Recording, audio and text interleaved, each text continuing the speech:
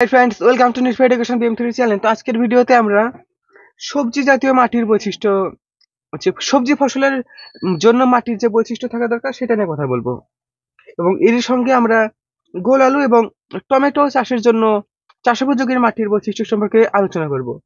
এবং একই সাথে আজকের ভিডিওতে আরো আলোচনা করব যে পরিবেশ অনুযায়ী ফসল নির্বাচন, তোমার পরিবেশ এবং সেই পরিবেশ অনুযায়ী কিভাবে তুমি ফসল নির্বাচন করবে সেই অনুযায়ী আজকের ভিডিওতে তোমাদের বিস্তারিত জানানোর চেষ্টা করব। তো গাইস, কৃষি শিক্ষার এর আগের ভিডিওতে আমরা হচ্ছে দুটো না তিনটা ফসল চাষের বিবরণ, মাটির বিবরণ দিছি, পাট, ধান ও গমের। তো আজকের ভিডিওতে সবজি চাষের জন্য যেসব ধরনের মাটির প্রয়োজনীয়তা আছে এবং কোন ধরনের মাটির পরিবেশ অনুযায়ী কোন ফসল জন্মাবে সেটা নিয়ে আজকের ভিডিওতে আমরা আলোচনা করবো। তো চলো শুরু করা যাক। প্রথমেই তো আসা যাক যে সবজি জাতীয় ফসলের মাটির বৈশিষ্ট্য। সব ধরনের শাকসবজি উঁচু সুনিষ্কাশিত দোআঁশ, বেলে দোআঁশ, পলি দোআঁশ মাটিতে ভালো জন্মে। নিচে আলু ও টমেটো চাষের। এখন আমরা আলু ও টমেটো চাষ উপযোগীর মাটির বৈশিষ্ট্য সম্পর্কে একটু বিস্তারিত জানার চেষ্টা করব। যে গোল আলু চাষ উপযোগীর মাটির বৈশিষ্ট্য, আমরা চারটা বৈশিষ্ট্য নিয়ে আলোচনা করব। প্রথমটা, দোআঁশ ও বেলে দোআঁশ মাটি আলু উৎপাদনের জন্য বেশ উপযোগী। শুধু গোল আলুর জন্যই নয়, দোআঁশ ও বেলে দোআঁশ মাটি প্রায় সব আলুর জন্যই উপযোগী। আর গোল আলুর দ্বিতীয় বৈশিষ্ট্য হলো, গোল আলু চাষের মাটির দ্বিতীয় বৈশিষ্ট্য হলো আলুর জন্য বায়ু চলাচল করতে পারে এরূপ নরম ও ঝুরঝুরে মাটি দরকার গোল আলু চাষের জন্য।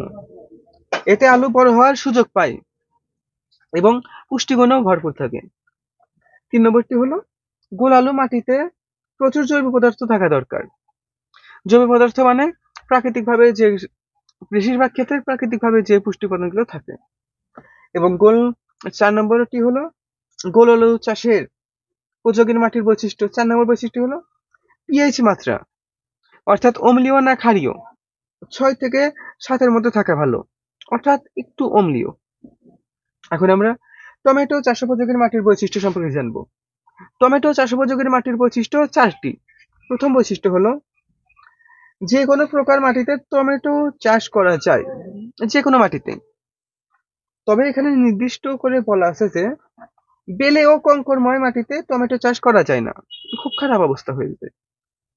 এবং টমেটো চাষ উপযোগী মাটির 2 নম্বর বৈশিষ্ট্য হলো, দোআঁশ ও বেলে দোআঁশ মাটি টমেটো চাষের জন্য উপযোগী।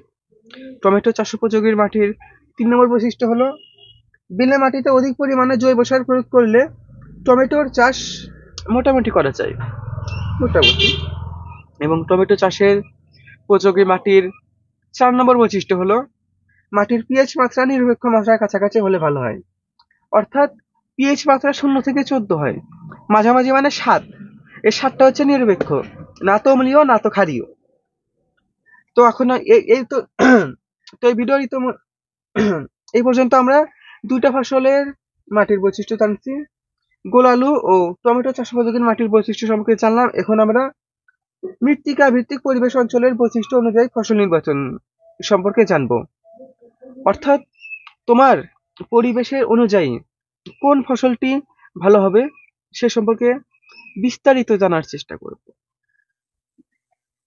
আগের ভিডিওগুলোতে মাটির বৈশিষ্ট্য সম্পর্কে বর্ণনা করে শিখছি। আজ এই ভিডিওতে আমরা মাটির বৈশিষ্ট্য অনুযায়ী ফসল নির্বাচন করতে শিখব। মাটির বৈশিষ্ট্য বলতে মাটির শ্রেণী, জৈব পদার্থের মাত্রা, পটাশজাত খনিজের মাত্রা, পিএইচ মাত্রা এবং মাটির বন্ধুরতাকে বোঝানো হয়েছে। আমরা নিশ্চয় এটা জেনে থাকবো বা জেনেছি যে মাটির প্রকৃতি বা বৈশিষ্ট্য অনুযায়ী বাংলাদেশকে 30টি কৃষি অঞ্চলে ভাগ করা হয়েছে। কোন একটি কৃষি পরিবেশ অঞ্চল প্রকৃতপক্ষে সে অঞ্চলের মাটির প্রতিনিধিত্ব করে। এক একটি কৃষি অঞ্চল একটি প্রযুক্তিও বটে। 30টি অঞ্চলে ভাগ করা হয়েছে বাংলাদেশকে, এবং প্রত্যেকটি অঞ্চলকে এক একটা কৃষি অঞ্চল বা এক একটা প্রযুক্তিও বলা হয়েছে, অর্থাৎ 30টি প্রযুক্তি। কৃষি কর্মকাণ্ডের জন্য সবচেয়ে বড় কাজ হলো মাটির বৈশিষ্ট্য ও বন্ধুরতা অনুযায়ী ফসল নির্বাচন। কৃষি ক্ষেত্রে ফসল চাষের জন্য সবচেয়ে গুরুত্বপূর্ণ হলো মাটি অনুযায়ী ফসল নির্বাচন এবং ভালো চাষাবাদ করা। মাটির বৈশিষ্ট্য ভিত্তিক ফসল নির্বাচন কৃষি কর্মের একটি অত্যাবশ্যক প্রযুক্তি। মাটিকেও প্রযুক্তির সাথে তুলনা করা হয়েছে। এই প্রযুক্তি যত নিখুঁতভাবে ব্যবহার করা যাবে, যত ভালোভাবে সামঞ্জস্যতা বজায় রাখা যাবে, কৃষিকাজের ফলাফলও তত লাভজনক হবে, তত ভালো হবে, দেশও এগিয়ে যাবে। মাটির গঠন প্রকৃতি অনুযায়ী বাংলাদেশকে 30টি অঞ্চলে ভাগ করা হয়েছে। অঞ্চলকে 5টি ভাগে ভাগ করা হয়েছে, অর্থাৎ 30টি অঞ্চলে ভাগ করা হয়েছে এবং সেই 30টি অঞ্চলকে আবার পুনরায় 5 ভাগে ভাগ করা হয়েছে। এই 5 ভাগ সম্পর্কে আমরা এই ভিডিওতে জানবো। তো চলো শুরু করা যাক। এখন আমরা সেই 5টি হলো, প্রথম ভাগ হলো দোআঁশ ও পলিদোআঁশ মাটি অঞ্চল, দ্বিতীয়টি হলো কাদামাটি অঞ্চল, তৃতীয়টি হলো বরেন্দ্র অঞ্চল ও মধুপুর অঞ্চল, চতুর্থটি হলো পাহাড়ি ও পাদভূমি অঞ্চল, 5 নম্বরটি হলো উপকূলীয় অঞ্চল। এখন আমরা মৃত্তিকা ভিত্তিক অঞ্চল সম্পর্কে একটু জানার চেষ্টা করি যে দোআঁশ ও পলিদোআঁশ মাটি, কাদামাটি অঞ্চল, বরেন্দ্র ও মধুপুর অঞ্চল, পাহাড়ি অঞ্চল, উপকূলীয় অঞ্চল। এই 5 অঞ্চল সম্পর্কে এখন আমরা বিস্তারিত জানার চেষ্টা করব। প্রথমেই তো আছে মৃত্তিকা ভিত্তিক অঞ্চল, অর্থাৎ দোআঁশ ও পলিদোআঁশ মাটি অঞ্চল। এই অঞ্চলের ভূমি মাটি দোআঁশ থেকে পলিদোআঁশ প্রকৃতির হয়ে থাকে। এই অঞ্চল দোআঁশ মাটি দ্বারা আবৃত, ফসল চাষও সেই দোআঁশ মাটিতে করতে হয়। উঁচু ভূমি থেকে মাঝারি নিচু ভূমি এই অঞ্চলের অন্তর্ভুক্ত। দোআঁশ অঞ্চলের মাটিতে জৈব পদার্থের মাত্রা অল্প থেকে মাঝারি। এর পিএইচ মাত্রা 5.2 হতে 6.2 পর্যন্ত হয়ে থাকে। এর পিএইচ মাত্রা 5.2 থেকে 6.2 মানে অম্লীয়, অম্ল বা অ্যাসিড। পলিদোআঁশ অঞ্চলের মাটিতে জৈব পদার্থের মাত্রা খুবই সামান্য, অল্প থাকে।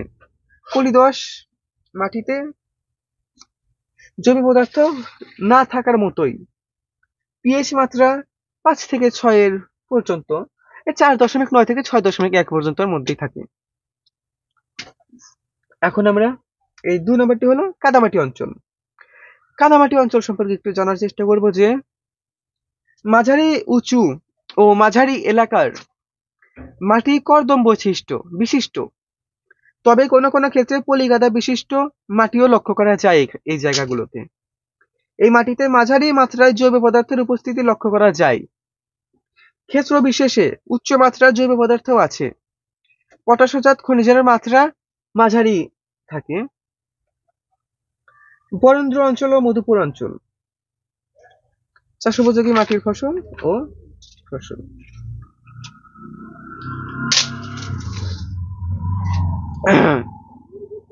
এখন আমরা তৃতীয় অঞ্চল, অর্থাৎ বাংলাদেশকে 30টি ভাগে ভাগ করা হয়েছে, কৃষি অঞ্চলে ভাগ করা হয়েছে। তারই মধ্যে দ্বিতীয়বার আবার 5টি ভাগে ভাগ করা হয়েছে। 3 নম্বর ভাগটি হলো বরেন্দ্র অঞ্চল ও মধুপুর অঞ্চল। বরেন্দ্র অঞ্চল সম্পর্কে আমরা এখন জানবো, মধুপুর অঞ্চল সম্পর্কেও জানবো। উঁচু এবং মাঝারি উঁচু ভূমি বরেন্দ্র অঞ্চলের প্রধান বৈশিষ্ট্য। মধুপুর অঞ্চল সমতল ও উঁচু ভূমি বিশিষ্ট হয়ে থাকে। এর মাটি দোআঁশ প্রকৃতির। দোআঁশ আমরা এই পর্যন্ত এই বাংলাদেশ 30টি কৃষির 5টি অঞ্চল ভাগ করা হয়েছে। এখানে বেশিরভাগ ক্ষেত্রে আমরা দোআঁশটাই লক্ষ্য করতে পারতেছি। মাটিতে নিম্নমাত্রার জৈব পদার্থ ও পটাশজাত খনিজ পদার্থ রয়েছে। এখানে পটাশ ও খনিজ পদার্থের পরিমাণ সবচেয়ে বেশি এই বরেন্দ্র ও মধুপুর অঞ্চলে।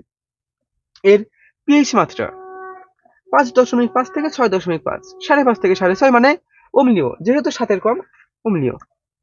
এবং 5টি অঞ্চলের 4 নম্বর অঞ্চলটি হলো পাহাড়ি ও পাদভূমি অঞ্চল। এই অঞ্চলের 90% বেশি ভূমি উঁচু। পাহাড়ি অঞ্চলে উঁচু, পাহাড় মানে তো উঁচু, উঁচু উঁচু পাহাড় জমে থাকে। খাগড়াছড়ি, বান্দরবান, রাঙ্গামাটি, কক্সবাজার ও আগারগাঁও ছাড়াও আরো অনেক জেলার পাহাড়ি অঞ্চল এ অঞ্চলের অন্তর্ভুক্ত। উঁচু উঁচু জায়গাগুলোকেই মূলত পাহাড়ি এলাকা বলা হয়ে থাকে। আমাদের দেশে বাংলাদেশে মূলত এই খাগড়াছড়ি, বান্দরবান, রাঙামাটি, কক্সবাজার এইগুলো পাহাড়ি এলাকা। এই মাটি দোআঁশ, বেশিরভাগ ক্ষেত্রেই তো দোআঁশ। জৈব পদার্থ ও পটাশজাত খনিজের মাত্রা খুবই সামান্য। এই দোআঁশ ও পলিদোআঁশ মাটি অঞ্চলের মতোই এই পাহাড়ি ও পাদভূমি অঞ্চলগুলো। এখানে একটু পার্থক্যের বিষয় আছে যে পাহাড়ি ও পাদভূমি অঞ্চলের পিএইচ মাত্রা 5 থেকে 5.7 বা 5.5, মানে অম্লীয়। বেশিরভাগ মাটিগুলোই অম্লীয় আমরা দেখতে পাচ্ছি। এখন আমরা একটু ভিন্ন রকমের 5 নম্বর অঞ্চলটি হলো উপকূলীয় অঞ্চল। উপকূলীয় অঞ্চল সম্পর্কে আমরা এখন জানার চেষ্টা করব। সেন্ট মার্টিন দ্বীপ পর্যটন কেন্দ্র, সেই চট্টগ্রাম, ফেনী, নোয়াখালী, বরিশাল ও ভোলা সহ বাংলাদেশের সমুদ্র উপকূলীয়, বাংলাদেশের যতগুলো সমুদ্র উপকূলীয় আছে সেখানে তো উপকূলীয় অঞ্চল, মৃত্তিকা ভিত্তিক অঞ্চল। এখানে মাঝারি উঁচু ভূমির অধিক্য বেশি। এর মাটি দোআঁশ এবং বেলে ও পলিদোআঁশ প্রকৃতির। জৈব পদার্থ ও পটাশজাত খনিজের মাত্রা অল্প। এই অঞ্চলের পিএইচ মাত্রা 7 থেকে 8.5 মতো, মানে এই উপকূলীয় অঞ্চলের মাটি ক্ষার জাতীয়। যেহেতু 7-এর উপরে, যদি 7 হতো তাহলে নিরপেক্ষ হতো। তো এই পর্যন্ত আমরা বাংলাদেশের 30টি কৃষি প্রধান অঞ্চলের 5 ভাগে ভাগিত অঞ্চলগুলোর আমরা বিস্তারিত জানার চেষ্টা করছি, তবে অতটা বিস্তারিত জানি নাই। তো এখন আমরা এই 5 অঞ্চলে কোন ফসলগুলো ভালো জন্মে সেই ফসল সম্পর্কে জানার চেষ্টা করব। প্রথমেই তো আছে দোআঁশ ও পলিদোআঁশ মাটিতে কোন ফসলগুলো ভালো জন্মে। দোআঁশ ও পলিদোআঁশ মাটিতে যে চাষোপযোগী ফসল আছে সেই ফসল সম্পর্কে এখন আমরা জানার চেষ্টা করব। দোআঁশ মাটিতে প্রায় সব রকমের ফসলই ভালো জন্মে। দোআঁশ ফসল উৎপাদনের আদর্শ মাটি। আর এই দোআঁশ মাটির পিএইচ মাত্রা কত? এই দোআঁশ মাটির পিএইচ মাত্রা হলো 5.2 থেকে 6.2 পর্যন্ত। বৃষ্টির উপর নির্ভর করে কৃষকেরা ফসল উৎপাদন করেন, আবার সেচের উপর নির্ভর করেও কৃষকেরা ফসল উৎপাদন করেন। নিচে বৃষ্টি ও সেচ নির্ভর ফসলের নাম উল্লেখ করা হলো। এখন আমরা বৃষ্টি ও সেচ নির্ভর ফসলের কিছু উদাহরণ দেখে নিব। যে বৃষ্টি নির্ভর ফসল, এর 2টা উদাহরণ আমরা দেখে নেব। রবি মৌসুমে তো আছে গম, মূলা, টমেটো, ফুলকপি, বাঁধাকপি, ঢেঁড়স, মরিচ, চীনাবাদাম ইত্যাদি সবজিগুলো এই রবি মৌসুমে জন্মে। এর খরিফ একে রূপা, আউশ, বোনা, আমন, পাট, সাদা পাটগুলি আছে। এখানে সাদা পাটগুলি কোথায় বলা হয়েছে? কাউন, বেগুন, তিল, মুগ, বোনা, আউশ, ভুট্টা, ধনচা ইত্যাদিগুলো এই খরিফ একে ভালো জন্মে। এবং খরিফ 2 রূপা, আমন। এখানে উন্নত জাতীয় হতে পারে, স্থানীয় জাতও হতে পারে, তবে উপসি জাতগুলো। এবং সেচ নির্ভর যে ফসলগুলি সেগুলো সম্পর্কেও জানবো। সেচ নির্ভর ফসলের মধ্যে আছে রবি মৌসুমে যেগুলো জন্মে তা হলো বোরো ধান, আখ ও আলু, আলুর সাথে আখ ও মুগ ডাল, পেঁয়াজ, রসুন, গম, আলু, মুগ, সরিষা ইত্যাদিগুলো এই রবি মৌসুমে জন্মে। এবং খরিফ একে রোপা, আউশ, পাট অর্থাৎ তোষা পাট, তিসি, তিল ও ভুট্টা জন্মে। এবং খরিফ 2 রোপা, আমন। এটা স্থানীয় জাতীয় উন্নত জাত হতে হবে এবং উপসি। এখন আমরা পরিবেশের নিম্নোক্ত 5 ভাগের 2য় ভাগটি হলো কাদামাটি অঞ্চল। কাদামাটি অঞ্চলে যে ফসলগুলো ভালো জন্মে তার সম্পর্কে জানার চেষ্টা করব। মাঝারি ও নিচু অঞ্চল সহ কাদামাটি বেশি দেখা যায়, অর্থাৎ সর্বপ্রথমে উঁচু, তারপর মাঝারি, তারপর নিচু। মাঝারি ও নিচু জমিতে কাদামাটি। কাদামাটিতে ধানের উৎপাদন ভালো হয়। ধানের জন্য জল, কাদাগুলোই সবচেয়ে বেশি ওখানে জৈব পদার্থ ধানের জন্য থাকে। নিম্নে বৃষ্টি নির্ভর ও সেচ নির্ভর ফসলের নাম উল্লেখ করা হলো। এখন আমরা বৃষ্টি নির্ভর ও সেচ নির্ভর ফসলের কিছু জানার চেষ্টা করব। বৃষ্টি নির্ভর ও সেচ নির্ভর উভয় ক্ষেত্রে এই অঞ্চলের প্রধান ফসল হলো ধান। রবি মৌসুমে সেচের ব্যবস্থা থাকলেও কিছু পরিমাণ অন্যান্য ফসলও জন্মে। এটা কৃষকের উপর নির্ভর করে। তুমি যদি একজন কৃষক হয়ে থাকো তবে এটা আমার ভিডিওগুলো ছাত্রছাত্রীদের জন্য আমি তৈরি করি। বাংলাদেশ কৃষি অঞ্চলের 5 নম্বর অঞ্চল, 3 নম্বর অঞ্চলটি হলো বরেন্দ্র অঞ্চল ও মধুপুর অঞ্চল।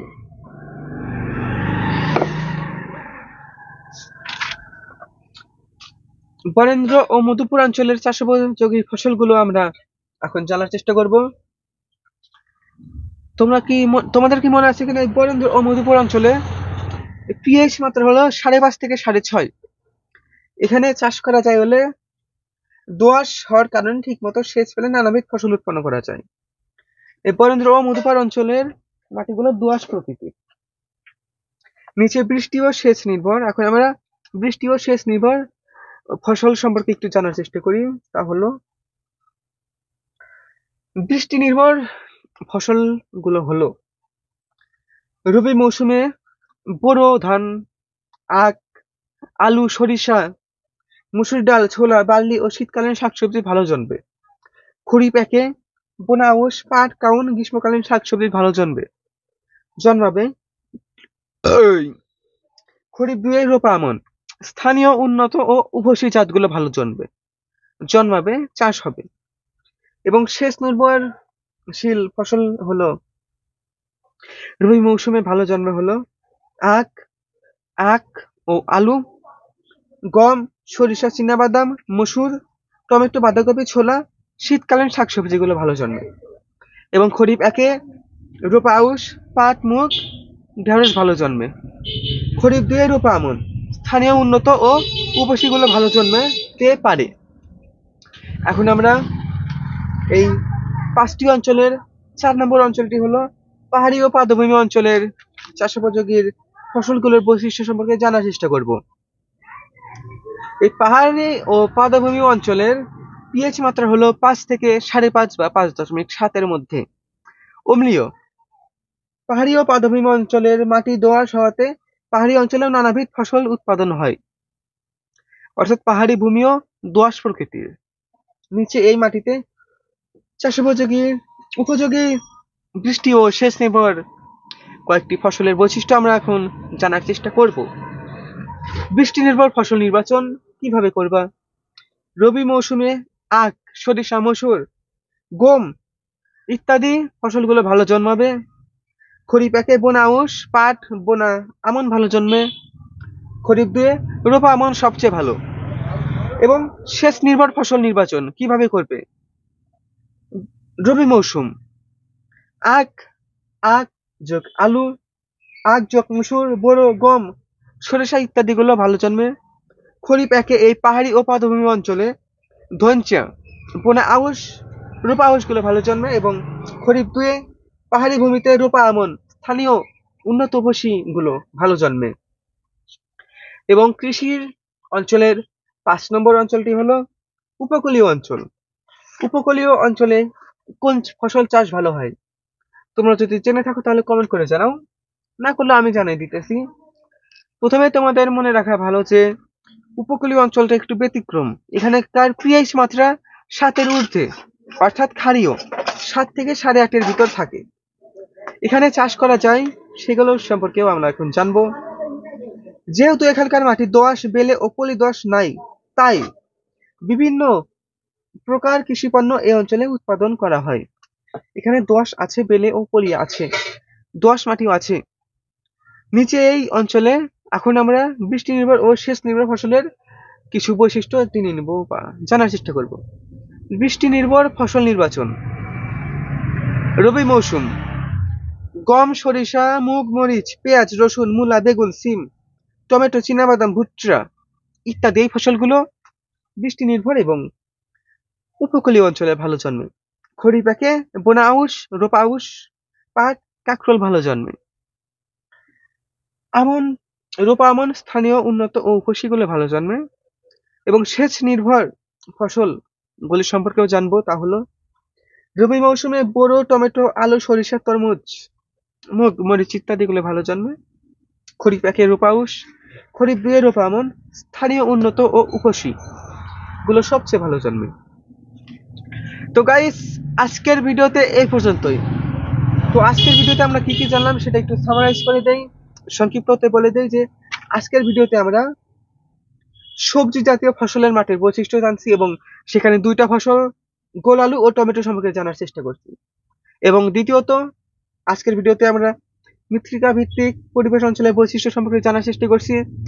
এই এই এবং জানছি যে বাংলাদেশকে 30টি কৃষি প্রধান অঞ্চলে ভাগ করা হয় এবং সেই 30টি কৃষি প্রধান অঞ্চলকে আবার 5টি অঞ্চলে ভাগ করা হয়। সেই 5টি হলো দোআঁশ ও পলিদোআঁশ অঞ্চল, কাদামাটি অঞ্চল, বরেন্দ্র অঞ্চল, মধু অঞ্চল, বরেন্দ্র ও মধুপুর অঞ্চল, উপকূলীয় অঞ্চল, পাহাড়ি অঞ্চল। এই 5টি। তো গাইস আজকের ভিডিওতে এই পর্যন্তই। কেমন লাগছে ভিডিওটি তোমাদের? যদি ভালো লেগে থাকে তাহলে অবশ্যই একটি লাইক করো, কমেন্ট করো যে ভিডিওটি কেমন লাগছে এবং এর পরবর্তী ভিডিওগুলো তোমরা কিভাবে চাও সেগুলো সম্পর্কে তোমরা আমাকে বলো। সেই সম্পর্কে আমি সেই রকম করেই বানানোর চেষ্টা করো ভিডিওগুলি। এবং সাবস্ক্রাইব করো নিউফার এডুকেশন BM3 চ্যানেল। তো এর পরের ভিডিওতে আমি ফসল উৎপাদনের জন্য জমি প্রস্তুতি, একটা জমি কিভাবে প্রস্তুতি করবে সে সম্পর্কে এর পরের ভিডিওতে তোমাদের কিছু বিস্তারিত পরামর্শ দেওয়ার চেষ্টা করব। তো গাইস দেখা হচ্ছে এর পরের ভিডিওতে। সাবস্ক্রাইব করো এবং বেল আইকনে প্রেস করো।